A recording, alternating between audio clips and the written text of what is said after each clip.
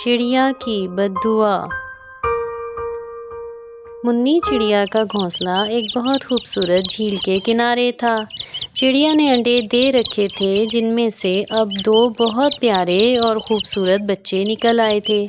अब उसे अपने साथ साथ उनका हर तरह से ख्याल रखना पड़ता था। एक सुबह जब बच्चे बहुत भूखे थे, मुन्नी बोली, मैं तुम दोनों के लिए खाने का इंतज़ाम करके आती हूँ, तुम दोनों परेशान मत होना। ये कहकर वो उड़ी और जंगल में दाना ढूंढने लगी। ढूंढते ढूंढते बादल छा गए और बारिश होने लगी। मैं क्या करूँ, ना ही मुझे खाना मिला है और ना ही बारिश रुक रही है कि घर चली जाऊँ। अब मैं क्या करूँ? ये सोचकर मुन्नी चिड़िया बहुत ही ज़्यादा परेशान हो गई। करीब ही एक गांव था जहाँ पर एक बहुत वसील और बदमिजाज औरत रहती थी जिसका नाम चंपा था। मैं किस कदर हसीन और जमील हूँ, सब लोग मेरी खूबसूरती से जलते हैं। बस मैं थोड़ी मोटी हो गई हूँ, मुझे अपना वज़न कम करना चाहिए। तभी तो बच्चे मुझे मोटी आंटी कहते हैं।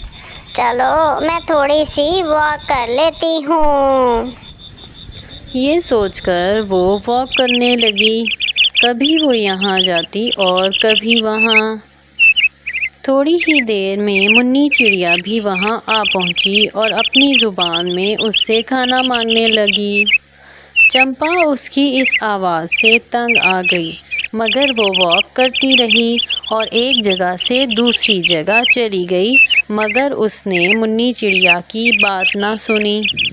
मुन्नी चिड़िया दूसरी जगह पर भी उसके पीछे पीछे आ गई और फिर से खाना मांगने लगी। मुन्नी चिड़िया ज़ोर ज़ोर से चिल्ला रही थी कि चंपा उसे खाने के लिए कुछ दे दे, मगर चंपा तो शुरू से ही किसी का एहसास नहीं करती थी और मुन्नी की परेशानी को तो वो वैसे ही नहीं जानती थी। तुमने क्या मेरा दिमाग खा रखा है? चुप कर जाओ पागल चिड़िया, चुप कर जाओ। जाओ यहाँ से, जाओ। शू जाती हो या मारो तुम्हें? जाओ यहाँ से, चली जाओ। चंपा उसको मारने भागी तो मुन्नी चिड़िया इधर उधर उड़ने लगी, मगर वो फिर भी ना समझी कि चिड़िया खाने के लिए भूखी है और उसने उसे मार मार कर भगा दिया। रात बहुत गहरी हो गई थी। तभी उसे नीली चिड़िया मिली।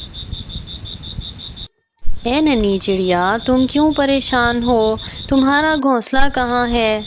मुन्नी चिड़िया ने उसे सारी बात बताई। वो बोली, देखो उस तरफ अनाज का खेत है, तुम मेरे साथ आओ, हम दोनों वहाँ से अनाज इकट्ठा करके तुम्हारे बच्चों के लिए ले जाते हैं।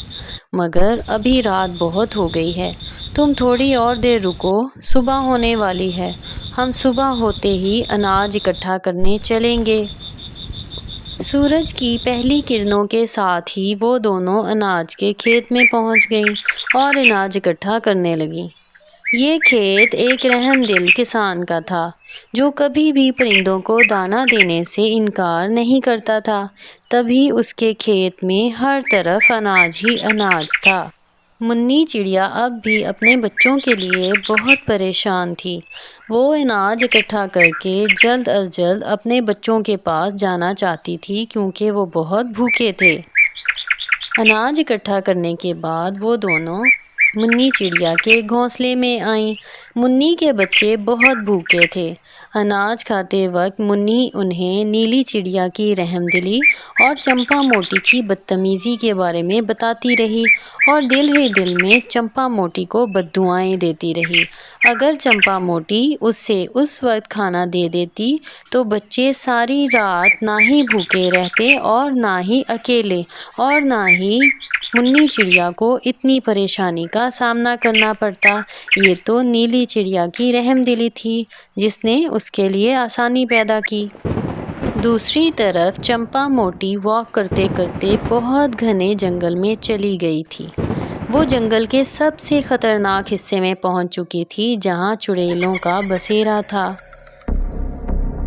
جھولا جھولتی ایک چڑیل نے چمپا کو دیکھتے ہی اسے سبق سکھانے کا ارادہ کر لیا تھا۔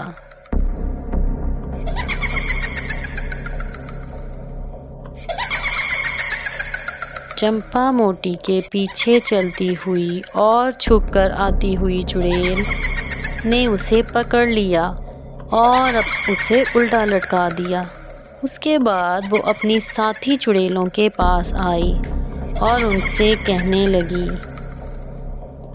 اس موٹی کو کھانا چاہتی ہو میں آئندہ کسی بھی زبان پر ظلم نہیں کروں گی اور ان کے کھانے پینے کا بھی دھیان رکھوں گی۔ بس اب کی بار مجھے معاف کر دو، مجھے جانے دو، پلیز مجھے جانے دو۔ مگر موٹی چمپا کی آواز اب کوئی بھی نہیں سن رہا تھا۔ اس کو اب اس کے کیے کی سزا مل چکی تھی۔ تو بچوں، ہمیشہ بے زبان جانوروں کے کھانے پینے کا خیال رکھو اور انہیں بلا وجہ تنگ مت کرو، ورنہ ان کی بد دعا آپ کو بھی لگ سکتی ہے۔